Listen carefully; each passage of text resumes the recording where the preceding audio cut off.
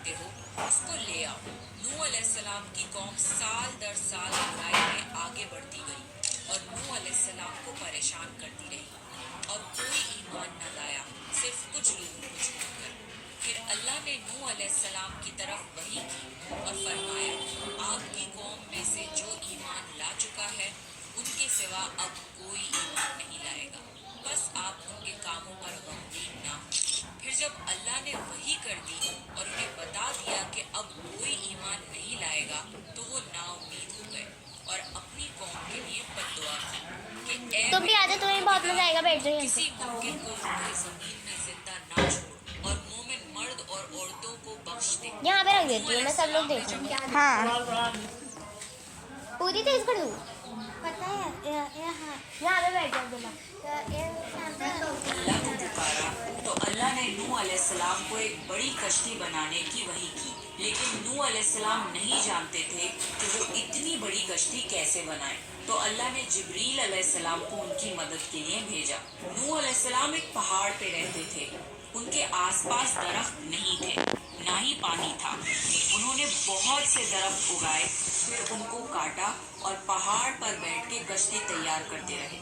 लोग जब नूह अलैहिस्सलाम को कश्ती बनाते हुए देखते तो उनका बहुत मजाक बनाते और कहते, ये कैसा मजनून है जो पहाड़ पे कश्ती बना रहा है। धीरे धीरे बहुत मेहनत के बाद एक बहुत बड़ी कश्ती तैयार हो गई। एक जगह आता है कि नूह अलैहिस्सलाम ने ये कश्ती 100 साल में तैयार की। इस कश्ती की लंबाई 300 गज, ऊंचाई 30 गज और चौड़ाई 50 गज थी। एक अंदाजे के मुताबिक कश्ती की लंबाई 1 किलोमीटर से ज्यादा थी।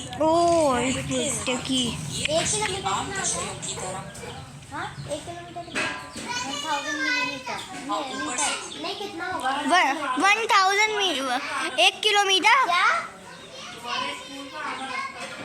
खुली हुई नहीं थी, बल्कि इसको जैसे नीचे से बंद किया गया था वैसे ही ऊपर से भी बंद किया गया। हमारा घर तुम्हारे घर से 4 किलोमीटर दूर है। वो उन्हें नुकसान ना दे। इस कश्ती के 3 फ्लोर्स थे और हर फ्लोर में एक दरवाजा था। अल्लाह ने नूह अलैहिस्सलाम को हुक्म दिया कि मोमिनों को और अपने घर वालों को और जमीन पर बसने वाले तमाम जानवरों का जोड़ा जोड़ा इस कश्ती में सवार कर लो। फिर अल्लाह ने आसमान और जमीन में से पानी खोल दिया और सैलाब आ गया। इस सैलाब ने दुनिया में रहने वाले इंसान और जानवर सबको गर्क कर दिया। तूफान का पानी पहाड़ों से भी ऊपर हो गया और सिर्फ नूह अलैहिस्सलाम की कश्ती इस तूफान में बाकी रही। सिर्फ वही लोग और जानवर बचे थे जो कश्ती पर सवार थे। इतने बड़े नबी होने के बावजूद नूह अलैहिस्सलाम का बेटा कश्ती पर ना आया। नूह अलैहिस्सलाम ने उसे पुकारा कि मेरे बेटे इस कश्ती में आ जा और काफिरों का साथी ना बन, लेकिन उसने कहा कि मैं किसी पहाड़ की चोटी पर पनाह ले लूंगा जो मुझे इस पानी से बचाएगी। नूह अलैहिस्सलाम ने फरमाया कि आज अल्लाह के हुक्म से कुछ बचने वाला नहीं मगर वो ही जिस पे अल्लाह रहम करे। बाप और बेटे के दरमियान ये गुफ्तगू जारी थी कि एक तूफानी मौज ने उनके बेटे को गर्क कर दिया। जब नूह अलैहिस्सलाम के सामने उनका बेटा गर्क हो गया तो उनकी आंखों में आंसू आ गए और वो पुकार उठे, और तूने मुझसे वादा किया था कि मेरे घर वालों को निजात अता फरमाएगा और तू तमाम हाकिमों में से बेहतर हाकिम है, लिहाजा ये नामुमकिन है कि तेरा वादा पूरा ना हो।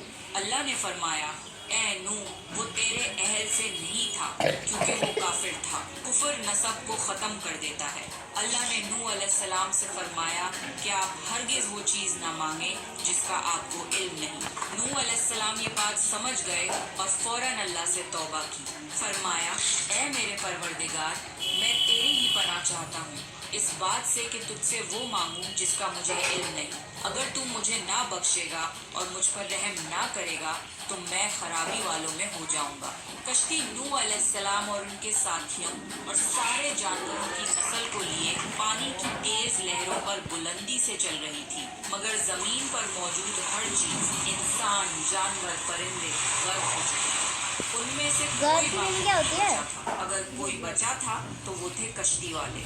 नूह अलैहिस्सलाम और उनके साथी 6 महीने तक उस कश्ती में रहे। आखिर अल्लाह के हुक्म से तूफान रुक गया। अल्लाह ने जमीन को हुक्म दिया कि वो पानी निगल जाए। जमीन ने सारा पानी निगल लिया और जमीन खुश्क हो गई और कश्ती पहाड़ पर जाकर ठहर गई।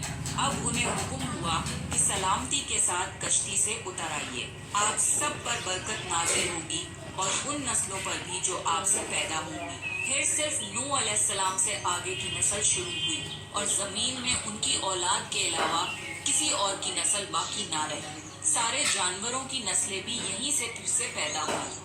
नूह अलैहिस्सलाम के 3 बेटे थे, साम, हाम और याफिज, जिनसे दुनिया की नस्ल आगे बढ़ी। साम की औलाद गंदुमी रंग की थी।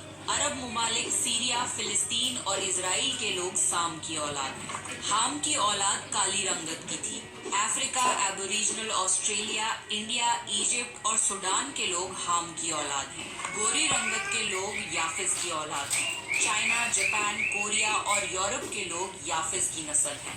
नूह अलैहिस्सलाम का चौथा बेटा जो ईमान ना लाने की वजह से बर्बाद कर दिया गया कोरियन। उसका नाम किनान था और उससे कोई नस्ल आगे नहीं बढ़ी। कुरान में अल्लाह ने फरमाया, और हमें नूह ने पुकारा तो देख लो कि हम नस्ल की कैसे मीनिंग क्या होती है? अच्छे को कबूल करने वाले हैं। हमने उसे अच्छा। और उसके फरमा खैर बरदारों हटाओ को हम ना। उस जबरदस्त मुसीबत से बचा लिया और उसकी औलाद हमने बाकी रहने वाली बना दी। तूफान के बाद नूह अलैहिस्सलाम 350 साल जिंदा रहे। फिर नूह अलैहिस्सलाम फौत हो गए। नूह अलैहिस्सलाम की फौत कश्ती क्या है? आज भी मौजूद है। रिसर्चर्स ने तुर्की में इस कश्ती को ढूंढ लिया है। कुरान में अल्लाह ने बहुत तुर्की फरमाया, में और मिल गई। बेशक हमने इस वाक़े को निशानी बना के बाकी रखा। बस है कोई नसीहत हासिल तुर्की करने में वाला। रखी है। लोग स्टोरीज को तो डिनाई कर सकते हैं पर एविडेंसेस को डिनाई नहीं कर सकते। नूह अलैहिस्सलाम की ये कश्ती एक बहुत बड़ा एविडेंस है इस पूरे वाक़े का। तो ये था नूह अलैहिस्सलाम का बेहतरीन वाक़या। नेक्स्ट आप कौन से प्रॉफिट की स्टोरी सुनना चाहते हैं प्लीज कमेंट करके बताइए। और अगर आपको प्रॉफिट सीरीज में इंटरेस्ट